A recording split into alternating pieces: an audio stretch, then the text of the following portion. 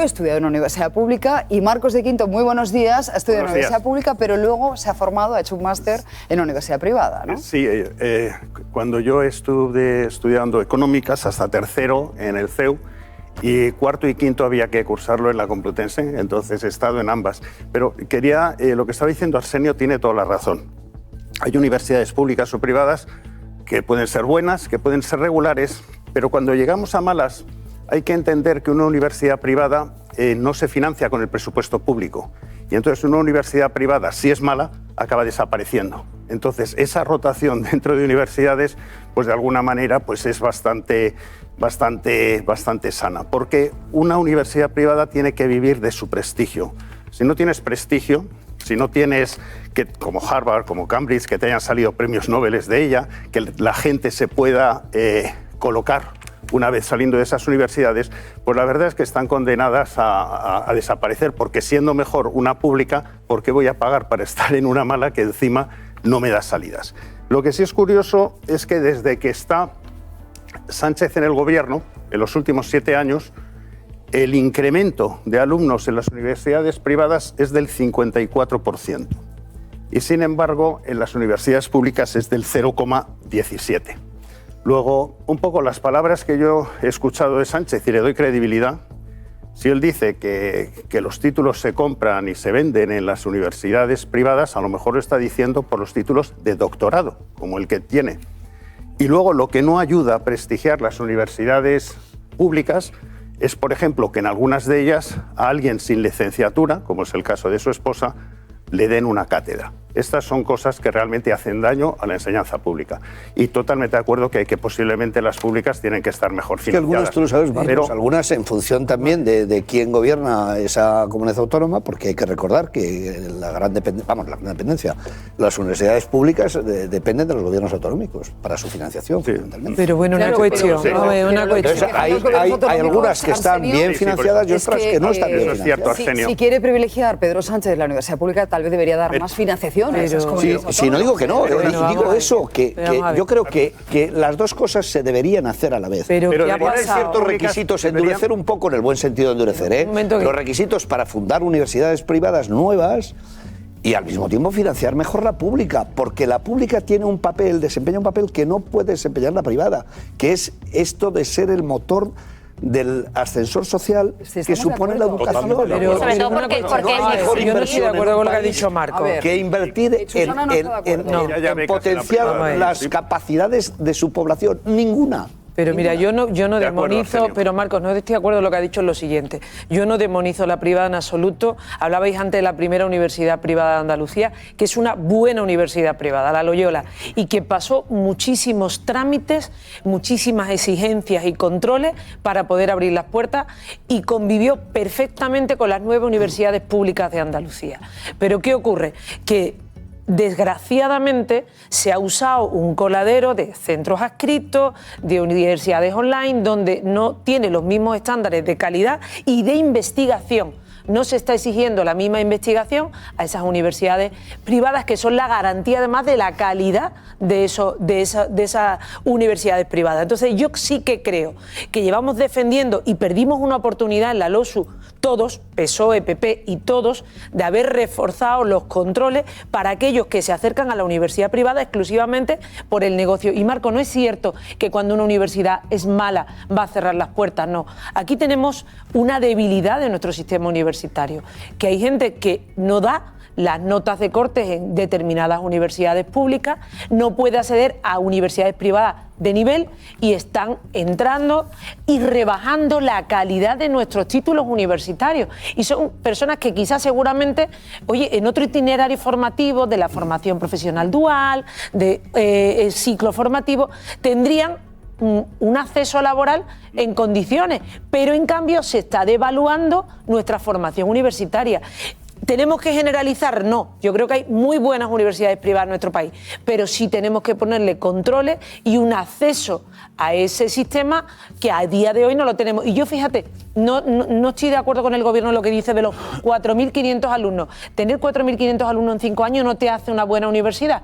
Tener un buen programa de investigación sí te hace ser una buena universidad. El problema es en los términos en los que se ha planteado el debate. Es decir, si tú planteas el debate como lo acaba de plantear ahora mismo Susana Díaz por parte del presidente del gobierno, pero no se ha hecho así, se ha hecho en unos términos perversos, llamándolo chiringuito, confrontando directamente contra la Comunidad de Madrid y Andalucía, buscando ese choque y esa polarización, y entonces ahí todo se desdibuja. Estamos hablando de generalidades, estamos hablando de buscar el titular fácil, de demonizar a la privada, cuando hay centros privados que tienen esos estándares de calidad y rigor por encima igual de algunas públicas. Entonces yo lo que creo es que el gobierno, antes de meter mano, por así decirlo, en la privada, lo que tiene que hacer es garantizar la suficiencia de recursos, financiación y enseñanza en la pública, que está muy depauperada, con planes de estudios muy antiguos que hay que actualizar. ¿Y por qué mucha gente se va a la privada?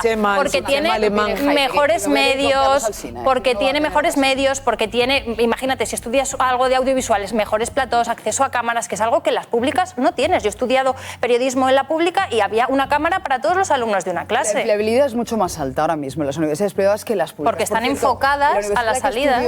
Pedro Sánchez ha hablado, el rector del Real Centro Universitario Escorial María Cristina, dice: las declaraciones que ha hecho el presidente me parecen muy contradictorias, porque él estudió aquí y además sé que le costó mucho, tuvo que esforzarse para sacar el título. ¿Cómo? No podía ser de otra manera. Es que esto de sacar títulos sin esforzarse es donde entonces, estoy de acuerdo con lo que dicen Susana y Arsenio, habría que hacer una investigación sobre esas universidades, si es que alguna regalara los títulos. Pero el problema está en la financiación. ¿Cuál es el problema de que las notas de corte hayan escalado muchas veces de hacer prácticamente imposible a los chavales y a las chavalas acceder a según qué carreras? Que no han crecido los campus. Y para que los campus crezcan y puedan esas notas de corte hacerse más accesibles, hace falta inversión. Y no solamente inversión de las comunidades autónomas, también del gobierno. Se me ocurren los 83.000 millones de euros, por ejemplo, de la quita a Cataluña, ya que estábamos hablando antes de María Jesús Montero. Y no puedo estar más de acuerdo con Arsenio en cuanto a que las universidades públicas son un ascensor social. Yo, Susana, y lo pongo además siempre como ejemplo porque me siento muy orgulloso, soy hijo de una modista y un mecánico. Y si no hubiera sido gracias a la Universidad Complutense y a las becas que me permitieron hacer mi licenciatura, pues a lo mejor tendría que haberme conformado con otra situación. Entonces, claro que hay que reforzar la universidad pública sin arrastrar y, sobre todo, insultar a empresas privadas que están haciendo mucho por la formación de este país, que hasta hace no tanto tenía muy poquitos universitarios. Sí, solo ha citado investigación. Lo que diferencia una buena universidad privada de una mala universidad privada es la investigación. Sí, cuando se está hablando de mejorar las universidades públicas, no es solamente un tema de financiación, también es un tema de gobierno, también es un tema de endogamia, porque también tenemos que ver qué es una universidad pública, porque, por ejemplo, universidades donde se expulsa cuando va a hablar Iván Espinosa de los Monteros o Macarena Olona. Yo mismo en la Universidad de Sevilla, de Facultad de Económicas, iba a dar una conferencia y me dijeron que no, que tendría que ser un debate con alguien. Supongo que si yo fuera de izquierdas no me obligan a tener a una persona para tener un debate. Entonces, al final llega un momento en que da la impresión que algunas universidades públicas no son públicas, las ha tomado la ultraizquierda y hay que aguantarse. Entonces, este es el problema. Pues hablando de la ultraizquierda, a ver qué os parece lo que dice Marcos de Quinto sobre las declaraciones de Montero en torno a la sentencia de Alves. ¿Para qué gastar el presupuesto en jueces si estas lumbreras pueden decidir por sí solitas quién es y quién no es culpable? Bueno, pues no te has mordido la lengua. Yo no, lo explico muy sencillamente. Lógicamente es una clave en lo que se habla dentro de Twitter, pero habiendo escuchado a Pilar Alegría decir que para qué presentar los presupuestos y hacer perder el tiempo al Parlamento, pues digo, la misma razón, este tipo de casos, si estas señoras le dan absolutamente la credibilidad, ¿para qué perder el tiempo con jueces y con el gasto que ello supone?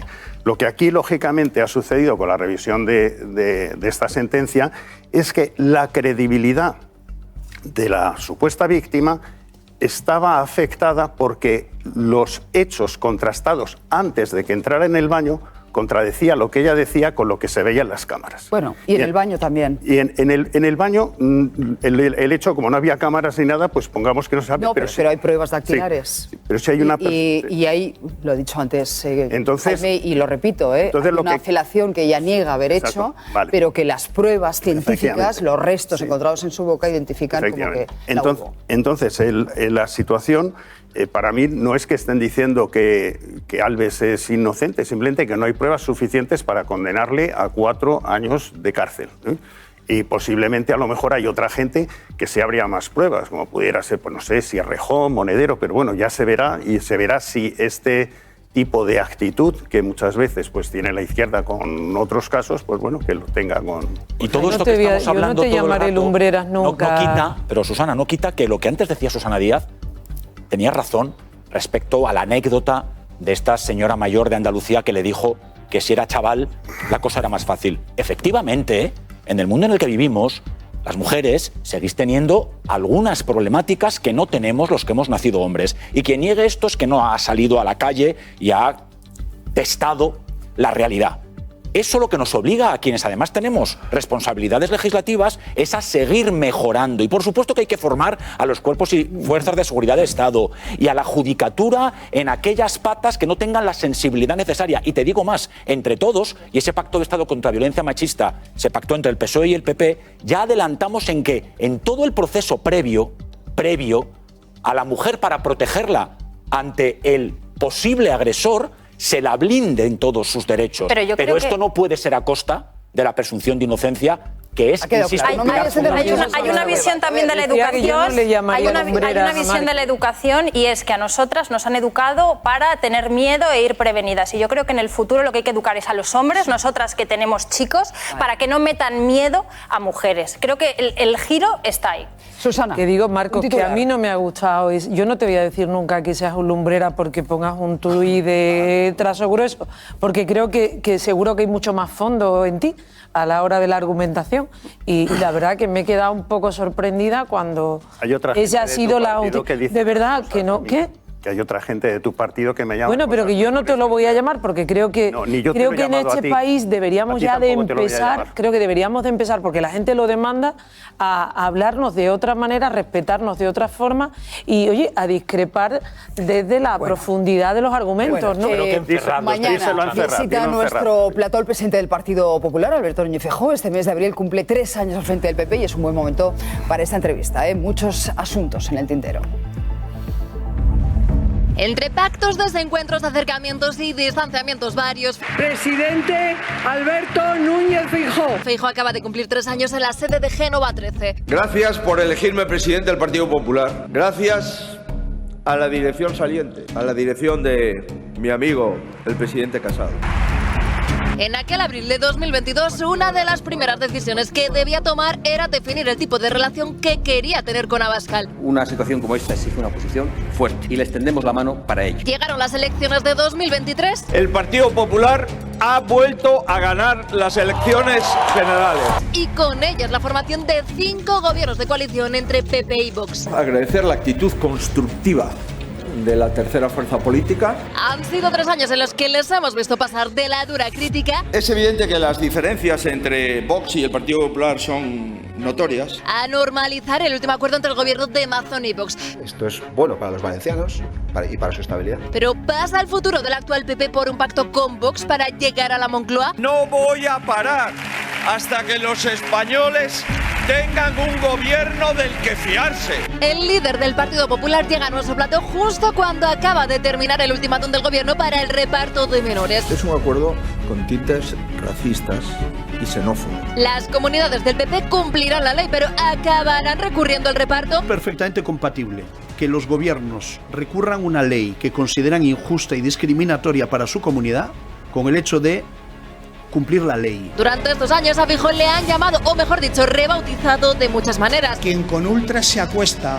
mojado, ultra y machista, se levanta. Si en mi partido político usted no hubiera llegado ni a concejal de Puebla. La última en hacerlo ha sido la ministra Montero. El partido Mopongo. responder a Feijóo. Si les parece, ya le voy a responder. A quienes también tendrá que responder será a nuestros colaboradores. Señor Feijóo, ¿cuál es el plan de rearme y defensa del Partido Popular? ¿Qué va a hacer su partido con respecto a la reducción de la jornada? ¿Cuáles serían los 3 pilares fundamentales sobre los que el Partido Popular, una vez llegue a Moncloa? Y también a la pregunta incómoda que le planteará la inteligencia artificial. La pregunta de ChatGPT. Le preguntaremos también a Feijóo qué le pareció este momento incómodo de Ayuso con Alsina. ¿Qué opina la presidenta de la Comunidad de Madrid de quienes banalizan el fraude fiscal? No sé, ¿a qué te refieres? ¿Quién banaliza con el fraude fiscal? ¿Eso va por mí? ¿Lo dices por mí o...? Efectivamente. Ah, vale, pues pregúntame directamente. Mañana Alberto Núñez Feijóo se sienta en el plato de Espejo Público. Muy buenos días. ¿Cómo está usted? Muy bien. Para responder, hablar de todo y sobre todo de su futuro y de su liderazgo al frente del Partido Popular. Me ha hecho usted tantas preguntas que si me dan un poco de tiempo le contesto todas. Pues saludamos ya a Carlos Alsina desde los estudios de Onda Cero. Muy buenos días, Carlos. Buenos días, Susana Griso, ¿cómo estás? Estaba explicando a los oyentes que aquí mandas tú. Bueno, pues déjame por lo menos que los martes a esta hora mande un poquito. Se agradece. Todo. Oye, no mando mucho en mi tertulia a veces, entonces me desquito contigo. Yo en la mía. Como yo en la mía.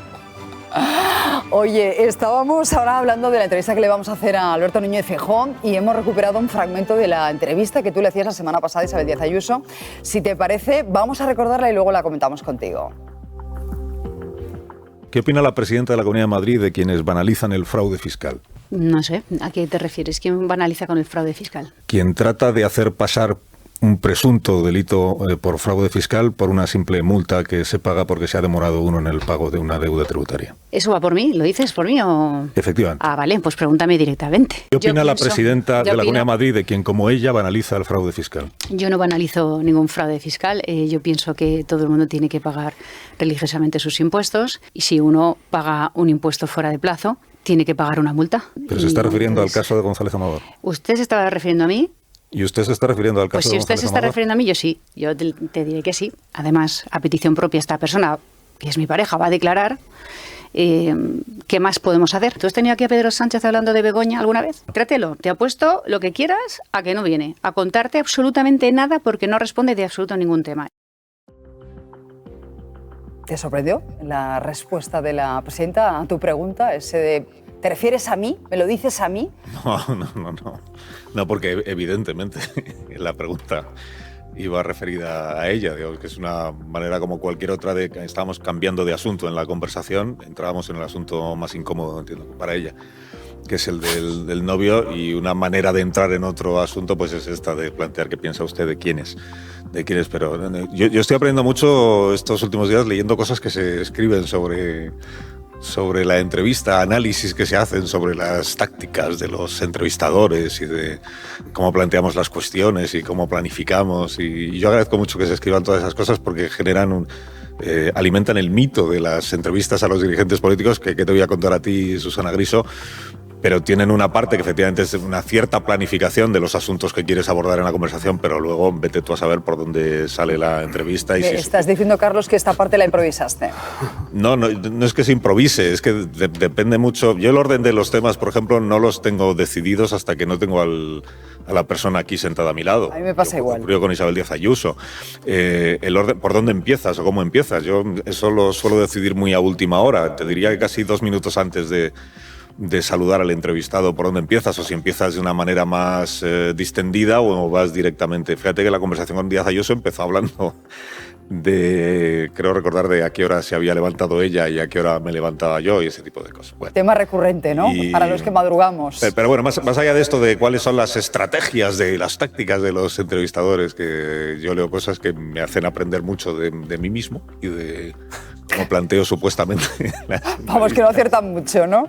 Respecto a esas estrategias. Que hay más leyenda que realidad, que muchas veces la cosa es mucho más simple que todo lo que se escribe y se publica y mucho menos pensado o planificado. Pero bueno, empezando por esto último que decía Isabel Díaz Ayuso de Pedro Sánchez, que siempre es una constante esto de te pregunto por ti y me respondes con lo que hace o deja de hacer el otro. Tiene razón en que yo a Pedro Sánchez, pues es verdad, va para 2 años, creo en julio, que que no le entrevisto, creo que tú tampoco.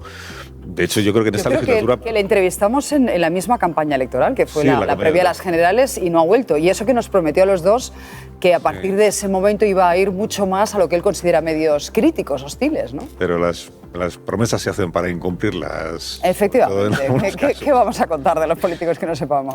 Es posible que esta sea que estamos aquí de cuerpo presente, ¿eh? Estamos aquí de cuerpo presente, Carlos. ¿Qué nos hacéis vosotros? Que yo de Susana no he dicho nada, ¿eh? De Susana Díaz. No, si ha sido Griso la que ha dicho los políticos. He sido yo. Ya, pero es verdad, yo creo que probablemente esta es la legislatura en la que menos entrevistas ha hecho el presidente del gobierno. No, es un poco así al tuntún, pero no le recuerdo yo muchas en esta legislatura. Sí, actos de todo tipo, pero entrevistas. Pero bueno, este es un asunto clásico en las conversaciones de Susana Griso y Alsina, que es las entrevistas a los políticos, si vienen, si no vienen, por qué no vienen, porque si vienen y no les sale bien, pues luego tardan mucho en volver. Bueno, yo esta parte sí yo le agradezco a Díaz Ayuso que efectivamente viniera. También llevaba bastantes meses sin venir a este programa, por eso yo sentía la obligación de plantearle el asunto del González Amador, porque yo desde que salió el caso, se ha cumplido ya un año de la publicación del asunto del fraude fiscal o presunto fraude fiscal. En todo este año yo no había tenido una conversación con Díaz Ayuso, por tanto teníamos pendientes, por lo menos yo tenía pendiente, hablar de la cuestión. Y más allá de eso, que de la entrevista pues tiene mucho eco, pues sí, a veces tienen eco, otras veces tienen menos, una vez te quedan mejor, ¿verdad, Susana? Y otra vez te queda peor. Pues sí. A veces el entrevistado está más brillante y otra vez el entrevistado está más torpe. Pues, sí, tú y yo hemos dormido peor, esas cosas, en fin, somos humanos. Y ya está, y no. Somos políticos. Y ya está, y no pasa más que eso. Yo creo que Isabel Díaz Ayuso dijo lo que ella tenía que decir y lo que ella piensa sobre esta cuestión, y yo también pues oye, sobre los errores, pregunto y aprovecho para preguntarte por el desliz de Montero. ¿A ti te preocupa más la metedura de pata o que ante un error tan evidente no haga autocrítica? Porque nos decía ahora Ainhoa Martínez que desde el partido, desde el gobierno, se le exigía cierta autocrítica que no ha hecho en el tuit que le hemos leído, ¿no? Es que yo con todos los que hablamos mucho todos los días, y aquí también te interpelo a ti misma, Susana, todos los que tenemos una exposición pública todos los días, pues seguramente metemos la pata varias veces al día y a veces me ocurre, a mí también me ocurre, a veces dices una cosa con una intención y la has expresado tan mal que se ha interpretado algo diferente o lo contrario, pero en esos casos lo primero, esto lo dice mucho Felipe González, ¿no? Cuando has metido la pata, lo más inteligente es sacarla cuanto antes, la pata, no volverla a rectificar. Que María Jesús Montero, no sé si metió la pata sin querer o queriendo, pero que lo que ha dicho no tiene un pase, yo creo que está a la vista, porque yo no he encontrado una columna de opinión que aplauda lo que ella dijo, incluso de personas que pueden hacer el esfuerzo, yo lo hice también, hacer el esfuerzo de intentar entender qué quiso decir y no qué es exactamente lo que dijo sobre esto de la presunción de inocencia, pero no he encontrado una columna favorable, no he encontrado una opinión ni siquiera de portavoces del Partido Socialista o de sus compañeros de gobierno, no te digo ya, lo habéis contado ahí, de las asociaciones judiciales y fiscales. Entonces yo creo que es obvio, como dicen los jóvenes, es obvio que lo que dijo no tiene un pase. Y entonces lo más inteligente yo creo que es corregir lo que has dicho. Porque si no puede tener consecuencias aún peores, que es que se interprete que realmente piensas lo que has dicho sobre la presunción de inocencia, que supongo que lo habéis explicado ya esta mañana porque llevamos ya 2 días con este asunto. La presunción de inocencia no es cualquier cosa en el sistema, en el Estado de Derecho o en el sistema judicial o jurídico de un país como el nuestro, que es un país plenamente democrático. ¿Por qué? Porque el nuestro es un sistema garantista. ¿Y qué significa que es garantista?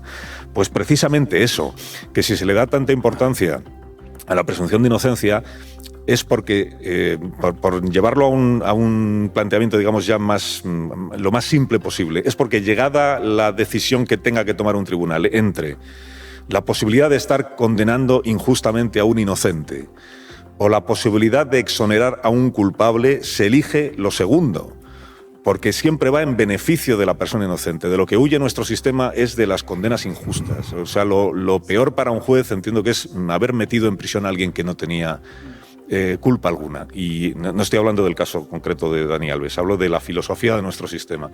Y por eso la presunción de inocencia es tan relevante y por eso los jueces yo creo que intentan hacer todos, y las juezas, su trabajo lo mejor posible. Y lo que dijo María Jesús Montero no solo a mí me parece que es un disparate desde el punto de vista jurídico, sino que es algo mucho más sencillo, que yo creo que es una falta de respeto al trabajo de las demás, en este caso de las juezas del Tribunal Superior de Justicia de Cataluña. Naturalmente que se puede discrepar del análisis que ellas hacen, de la valoración que ellas hacen, pero poniendo por delante que yo estoy seguro de que han puesto lo mejor de su conocimiento y de su experiencia para intentar llegar a la sentencia más justa posible.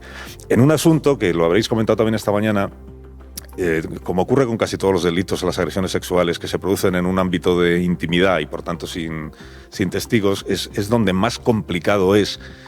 ¿Por qué? Pues porque en muchas ocasiones, en realidad, la prueba fundamental es el testimonio de la mujer que ha sido violentada, o violada, o agredida, o como se quiera decir. Y por eso el testimonio es tan relevante, y por eso tiene tanta importancia para los jueces y para las juezas.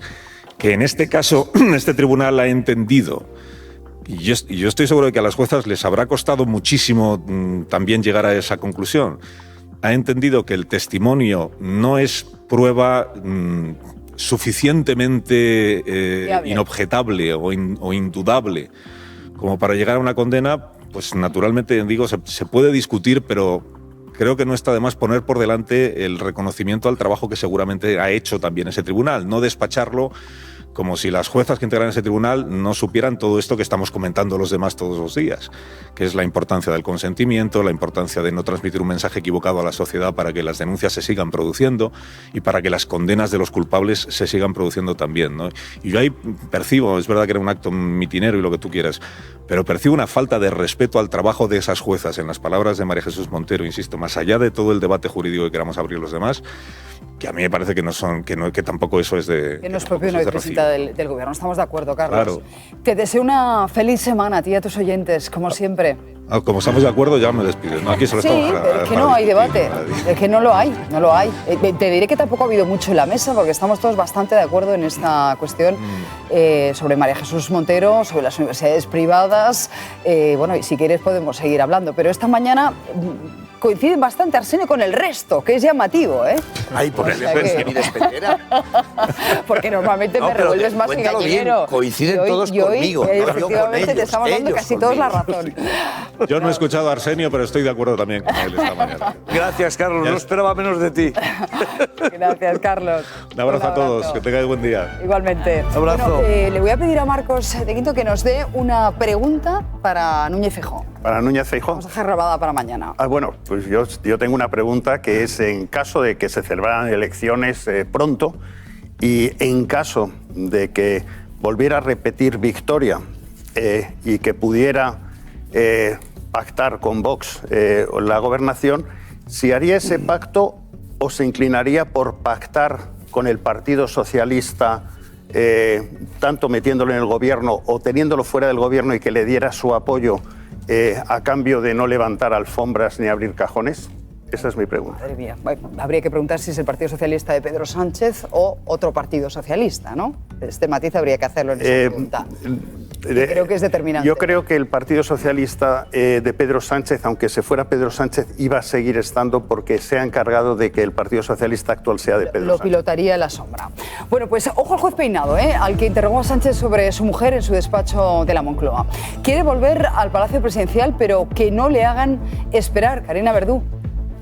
Peinado tiene que tomar declaración a Félix Bolaños el próximo 16 de abril, pero no le va a permitir que lo haga por escrito tal y como ha pedido. El juez alega que cuando se produjeron esos hechos que está investigando, Bolaños era secretario general de Presidencia, todavía no era ministro, con lo cual no se puede acoger, dice, a ese derecho a declarar por escrito. Sí que, en cambio, le va a permitir que esa declaración se produzca en el despacho que tiene en el complejo de la Moncloa y no en el del Ministerio de Justicia. Su equipo lo había solicitado por motivos de seguridad. Y en ese escrito, el juez Peinado aprovecha para denunciar el trato que recibió cuando en julio fue a Moncloa para tomar declaración al presidente del Gobierno. Dice que se retuvo a la comitiva judicial en la entrada durante más tiempo del necesario, que se les mantuvo fuera en la calle expuestos a un grupo de personas que estaba manifestándose ahí, y ahora con lo cual pide o que se le deje acceder con su coche oficial o que Moncloa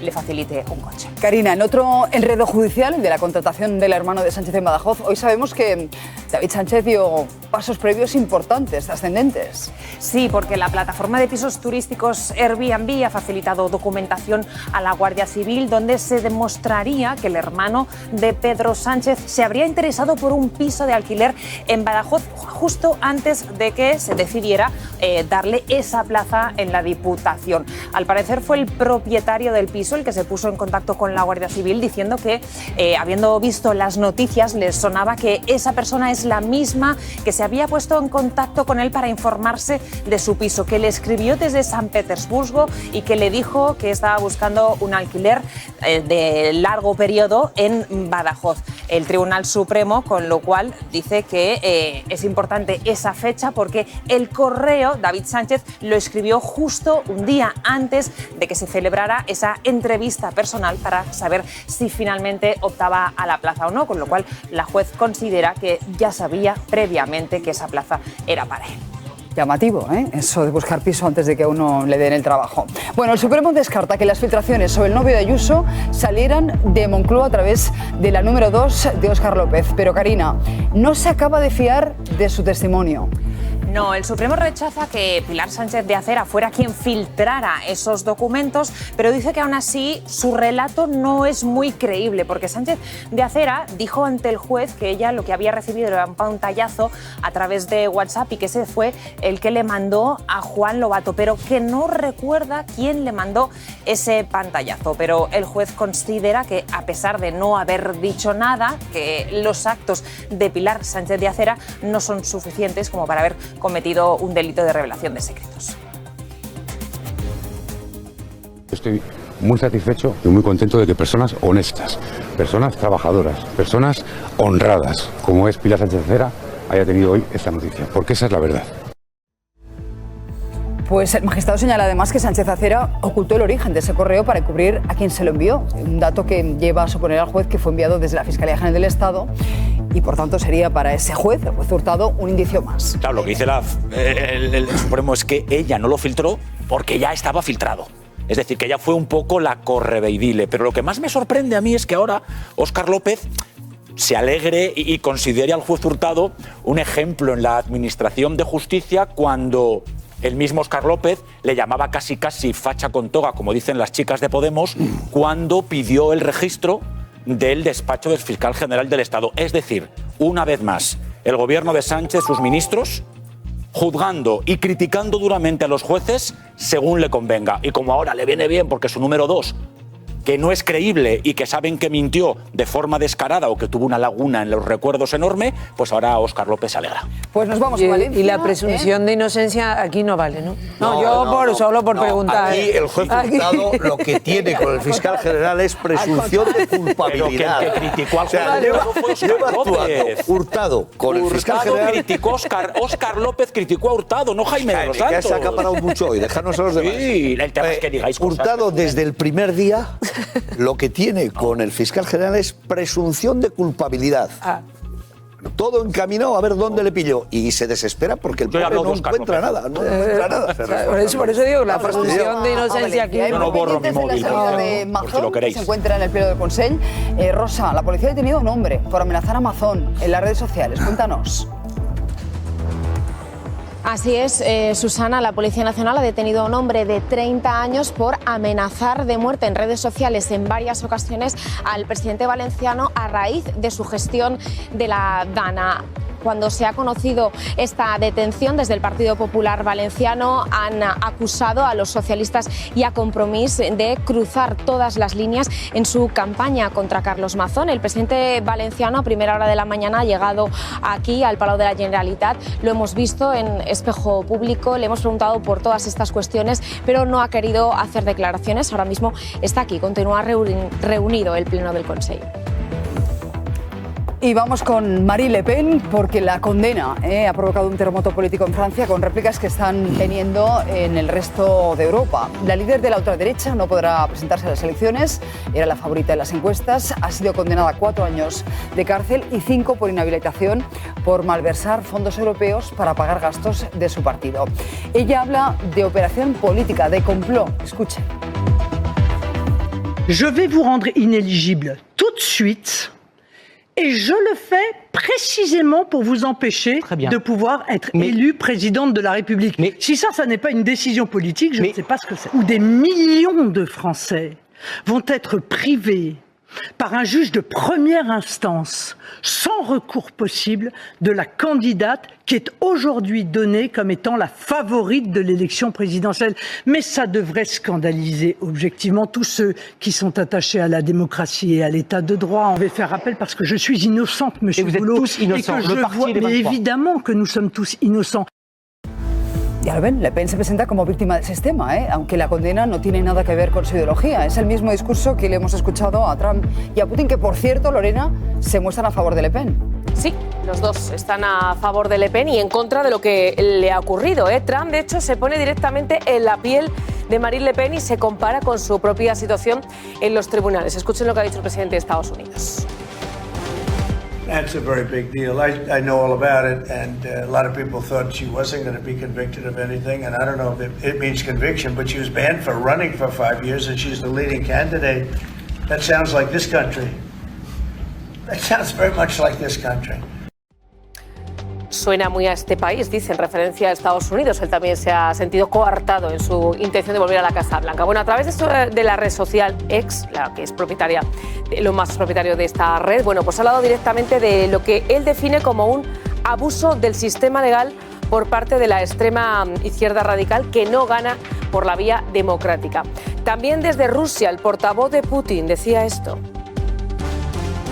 Больше европейских столиц идет по пути попрания демократических норм, а внутреннее дело Франции абсолютно не гнушаются выходом за рамки демократии во время политического процесса. Más reacciones en Europa. Los líderes de la extrema derecha han entrado también en la defensa de Marine Le Pen, lo han hecho a través de las redes sociales. Y esos son algunos de los mensajes que han ido dejando en las últimas horas, entre ellos Víctor Orbán. O aquí desde España, Santiago Abascal también ha lanzado un mensaje de apoyo a la líder francesa. ¿Qué te parece la posición de víctima de Marine Le Pen y el apoyo que está teniendo por toda la ultraderecha Trump y Elon Musk? Lo que es escandaloso y es además inusual ha sido la petición de esta jueza francesa de la aplicación inmediata de la ejecución de la condena. Es decir, en una situación normal y teniendo en consideración cuál es esta situación y que se está hablando con la ganadora de las elecciones últimas en Francia, se hubiera dejado espacio y tiempo para la apelación hasta que la condena fuera firme. El coger y hacer eso por parte de la jueza es lo que se sale de lo normal y es un poco complicado. El asunto, además, sí hay que señalar que en el caso de la Unión Europea, pues muchas de las cantidades que se están dando a los partidos son finalistas. Por ejemplo, si tú le das dinero a los asesores, es para los asesores y no puede utilizarlo el partido en otras cosas. Inclusive, y sí me acuerdo de mi época breve, pero intensa en política, que los eurodiputados que teníamos no podían de su sueldo que le daba la Unión Europea dar una parte al partido porque eso estaba prohibido. Es decir, son unas normas muy estrictas que hay que cumplir y esto de aquí creo que viene de hace 10 años. Por cierto, desde 2017 Belinchón está también investigado por estas situaciones que suelen ser, no las justifico, pero bastante comunes en los partidos. Marco, ¿qué has dicho? Que porque es ganadora de unas elecciones no se le aplique una sentencia a una persona condenada por haber malversado el dinero del Parlamento Europeo. Es que yo ya me quedo, yo ya entonces esta mañana en los ERES que no se le ejecutó la condena perdona que te diga, en los ERES ha habido gente en la cárcel, ¿cómo que no? Ha habido gente en la cárcel, mucha gente en la cárcel, gente, ha habido mucha. No entraron en la cárcel perdona. No se ejecutó la mira, a Chávez no lo podían meter en la cárcel porque la prevaricación no conlleva cárcel. No, es que no puede ser que le peguemos una patada al Código Penal cada vez que nos dé la gana. No, es que no podemos pegarle una patada al Código Penal ni hacer argumento de trazo grueso. No puede ser un argumento político que una sentencia no se aplique porque alguien ha ganado unas elecciones. Entonces, ¿en qué democracia queremos vivir? ¿En qué democracia queremos vivir? A esta mujer no se le ha condenado porque el dinero del grupo... No, porque ha habido una denuncia del Parlamento Parlamento Europeo porque ha malversado los fondos del Parlamento Europeo. Por eso se le ha condenado. Una sentencia, por cierto, una causa de 10 años. Se está pagando con dinero público la asesora particular de Begoña. El y tú más y el populismo. Si es que al final ese es el trazo grueso. Yo estoy haciendo un argumento, yo estoy dando un argumento procesal. Y estás en el y tú más. Y mira, ¿y sabes por qué lo puedo hacer? Porque mi hoja de servicio es inmaculada. Por eso lo puedo hacer y por eso puedo exigir con la misma contundencia que paguen los que lo hagan en mi partido y en los de enfrente. Pues nunca me vas a escuchar que a una persona por ganar unas elecciones no se le aplique una sentencia. Lo que va a pasar en 24 horas, que es muy importante. Trump está preparando el mundo para lo que él bautiza como el Día de la Liberación. Será mañana, 2 de abril. Esa es la fecha elegida para anunciar que todos los aranceles contra los países que en su opinión abusan de Estados Unidos se pongan en marcha. Escuchen. This is going to be an amazing, I call it a lot of different names, but it's really, in a sense, it's a rebirth of a country because how we could have afforded to do what we did, we help everybody and they don't help us. The term I like best probably is the liberation of America. We have 36 trillion in debt for a reason, and that accumulates over a long period of time. Trump habla de renacimiento de Estados Unidos, pero ese optimismo no convence a los inversores. Hasta los más entusiastas, con su vuelta a la Casa Blanca, están temblando ahora, porque Wall Street ha cerrado el primer trimestre de 2025 con sus peores resultados en 23 años. Los 3 principales indicadores, y especialmente el tecnológico, el Nasdaq, sufren el desconcierto por esa imposición de aranceles con fuertes caídas. De hecho, las están ya anticipando. Trump sabe que las bolsas son un medidor de su popularidad. Yo no sé si, viendo lo que está ocurriendo en Wall Street, tal vez suaviza esos aranceles. Marcos, ¿qué anticipas tú que va a hacer? Sí, yo creo que aquí lo que va a suceder va a ser un reajuste. Pero el hecho es que, por ejemplo, los aranceles de la UE a productos norteamericanos son muy superiores a los aranceles norteamericanos con productos de la UE, con una gran diferencia. Nosotros en la UE exportamos mucho más a Estados Unidos de lo que importamos de productos norteamericanos. Si exportáramos e importáramos lo mismo y los aranceles fueran iguales, el saldo neto de aranceles sería cero. Pero siendo tú liberal no puedes estar los aranceles, a favor de los aranceles. No estoy en contra de los aranceles, vale. Pero lo que digo es que la UE tendría que ser la primera en empezar a quitarlos porque son más elevados. Pero los aranceles norteamericanos son más bajos. Trump de dañar su propia economía con estas medidas, viendo además el reflejo que está teniendo la Como dañas tu propia economía es si los demás que te están poniendo aranceles no rectifican. Y desgraciadamente, si a los demás les has dicho que bajen los aranceles y no los están bajando, se los subes para equiparar, que es lo que está diciendo en estos momentos. Esta mañana estaba escuchando sus declaraciones, que iba a ser reciprocidad. Y entonces, si esa reciprocidad, al final, lo que no se puede decir es que Estados Unidos no ponga aranceles y los demás países, empezando por India, empezando por China, tienen unos niveles de aranceles muy grandes. Y Europa, muy superiores a los de Estados Unidos. Si al final Europa no rectifica, Estados Unidos Pues voy con los aranceles de Trump al petróleo que se importa desde Venezuela. Hay preocupación ahora mismo en Repsol porque se ha dado la orden de, ya saben, de revocar el permiso para exportar a empresas petrolíferas. Le escuchan al presidente Feijóo y también al consejero delegado de la compañía, de Repsol. Vamos a ser prudentes con lo de Repsol. Muchas gracias. Vamos a defender nuestros intereses, pero dentro de la prudencia. ¿De acuerdo? Cumplimos con la legislación, por supuesto la venezolana, la legislación internacional. Estamos en relación directa con las autoridades americanas y vamos a ver si somos capaces de buscar mecanismos que puedan permitir que sigamos con nuestra actividad en este país. Marcos de Quinto ha sido vicepresidente mundial de Coca-Cola. No sé si entiendes que la preocupación de Repsol en este caso se justifica. La entiendo y entiendo esa preocupación porque los norteamericanos van en serio. Y estos son empresarios, estos no son políticos, no son diplomáticos, son gente empresarios y en estos momentos el régimen de Venezuela es un régimen corrupto, es un régimen dictatorial, tortura gente.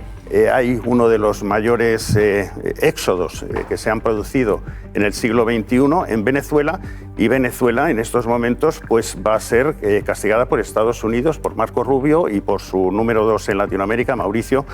Y la única cuestión es ¿estamos a favor de la democratización de Venezuela o estamos colaborando con un régimen asesino de Venezuela? Al igual que lo estamos haciendo con Putin, comprándole petróleo a Putin. ¿Y si vale el petróleo de Arabia Saudí, que es igual de dictadura? Yo pienso que Venezuela es una dictadura y creo que Maduro es un dictador, pero me llama mucho la atención que nos rasgamos las vestiduras con el petróleo de Venezuela y en cambio no levantamos la voz por los derechos humanos en Arabia Saudí. Totalmente de acuerdo. Lo que tendríamos que hacer es explotar nuestros recursos en España, que lo hay y hay en Canarias, pero mientras tengamos una Unión Europea y un gobierno con eso español no vamos que dice, a poder aquí subsistir. no exploramos tierras raras, aquí no buscamos con eso no vamos a subsistir. Habrá que buscarlos fuera. Con eso no vamos a subsistir. La obligación de salir en defensa, por un lado, de la Unión Europea, que creo que está siendo Marcos excesivamente duro en sus reflexiones respecto al desequilibrio que tiene con Estados Unidos, recordando que efectivamente Japón, China y Corea han llegado a acuerdos que en el fondo son arancelarios, que ya hace muchos años también Sudáfrica, que la India como país no alineado, fenomenal. Pero creo que tenemos que estar un poco más a favor de lo que representa la Unión Europea y luego entenderme que ahora tenga que salir en defensa de los políticos. También acaba Marcos de deslizar un concepto que es que estos son tíos serios porque son empresarios. Bueno, pues quizá empresarios detentando posiciones tan elevadas como la de presidente de los Estados Unidos me dan un poco más de miedo porque quizás solo tengan intereses personalistas y no por los millones y millones de ciudadanos que dependen de sus políticas. A mí me da más... Marcos ha sido político. A mí me da mucho miedo estos vasos comunicantes que se os olvidan que habéis participado de ellos. A mí me da mucho más miedo políticos dirigiendo empresas como se ha dirigido Correos aquí y estas cosas. Eso muchísimo. Esto está muy bien, acabar con la democracia, ojo. Trump sigue firmando órdenes ejecutivas y ojo la puesta en escena para la orden con la que trata de regular la reventa de entradas para contener así los precios de los espectáculos, de los conciertos. Es el trumpismo del día.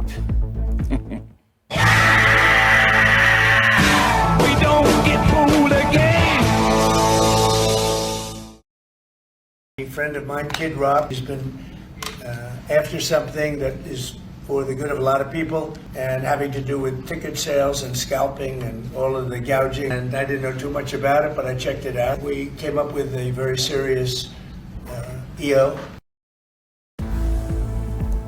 Bueno, el despacho Oval convertido en un plató de televisión. Yo creo que cada vez es más un reality show y creo que está en esta estrategia de normalizar la extravagancia. Si estamos mirando al cowboy, no estamos mirando las órdenes que está firmando y el debate que está instalando, que lleva esta semana, de que está dispuesto a vulnerar la Constitución y presentarse a un tercer mandato. Es decir, está habiendo un desgarro democrático y constitucional en Estados Unidos que está pasando bajo foco porque él quiere poner el foco en las órdenes, en el cowboy, en otras serie de polémicas con Repsol, los aranceles, pero el sustento es irse cargando la democracia poco a poco y eso lo veremos. Al final acabará todo en el foco ese, pero cuando quizá ya no haya vuelta atrás. Sí, con una frase, por favor. Sí, una frase muy sencilla. Una cosa es juzgar el estilo y otro tema es juzgar los resultados. En el momento que pasen 6 meses, primero vamos a constatar, inmigración ilegal en la frontera sur se ha reducido dramáticamente. Droga dentro de Estados Unidos se ha reducido dramáticamente. Y lo que es el equilibrar la balanza comercial se ha equilibrado democráticamente. ¿Pero a costa de qué? No, a costa de nada. El problema es que aquí en España, la frontera sur, nos entra la droga, que nos entra por el Guadalquivir, nos hemos quitado el Ocon Sur, a la Guardia Civil se ha desmantelado, nos entra inmigración ilegal. Eso no es verdad. No sé qué Andalucía, que no sé qué Andalucía. El grupo Ocon Sur de la da la casualidad que yo conozco bien Andalucía. Y ahora entran las lanchas de la droga por el Guadalquivir hasta Sevilla. Perdona, las lanchas de los narcotraficantes en el sur de España llevan años con gobiernos del PSOE y del PP campando a sus anchas, con unos y con otros. Y vosotros, cuando estuvisteis en el gobierno de Andalucía, porque formaste parte de Ciudadanos, mirasteis para otro lado. Es decir, si cuando quieras hablamos del narcotráfico en el estrecho de Gibraltar y cómo solo lo utilizáis en detrimento de la imagen de Andalucía. Hombre, ya está bien, ya está bien. Pero ahora quiero plantearos un caso muy llamativo de inquiocupación en Barcelona, un matrimonio con un hijo, los 3 con discapacidad, están siendo víctimas de esa morosidad. Diana Mora, tú has hablado con la inquiocupa, reconoce que debe dinero. ¿Qué más te ha dicho? Sí, nosotros hemos podido hablar con Beatriz. Ella vive junto a su marido y 3 hijos en el número 7 de esta calle, aquí en Cardona, desde agosto. Viven de alquiler, pero nos reconocen que deben 2 mensualidades. También nos dicen que ayer se abonó una de esas 2 cuotas de alquiler, por lo que en teoría les quedaría una, según su versión, y que tienen toda la intención de pagarlo, solo que les resulta muy difícil ponerse en contacto con la propietaria, con Carmen, que pudimos hablar también ayer con ella, y con su hijo. Hemos podido entrevistarla y nos daba esos motivos por los cuales no pueden hacer frente a los casi 500 euros que tienen de alquiler. Esto es lo que nos contaba. Somos los 3 con discapacidad, cobramos pequeñas pensiones. Estoy ahora mismo en una situación de vulnerabilidad máxima. No tengo trabajo. Ellos son jóvenes, pueden trabajar. Tengo una enfermedad que es el lupus, tengo 3 niños y mi marido, que es el que está trabajando y trabaja en Barcelona. Yo con el alquiler pagaba mi piso, que estoy viviendo de alquiler. Siempre he pagado mi alquiler. Si no me equivoco, 1 mes o 2, pero yo creo que es 1 mes. Nos ha sido complicado abonar, pero no nos negamos. Estas personas me están haciendo un daño irreversible porque están acabando con mi vida. ¿Qué sientes al escuchar este caso? Porque Mari Carmen, su marido y sus hijos también son vulnerables, sí, todos tienen discapacidad. Totalmente es un tema dramático y precisamente yo creo que para eso es para que está el Estado y para eso es para lo que están los recursos públicos, para ayudar a esta gente. Y para lo que no está es para gastar el dinero en muchas otras cosas que yo empezaría a reducir de la ECID y se lo daría a esta gente. No está para tener chalets en Colombia, ni en Perú, ni en nada. Está para ayudar a esta gente precisamente.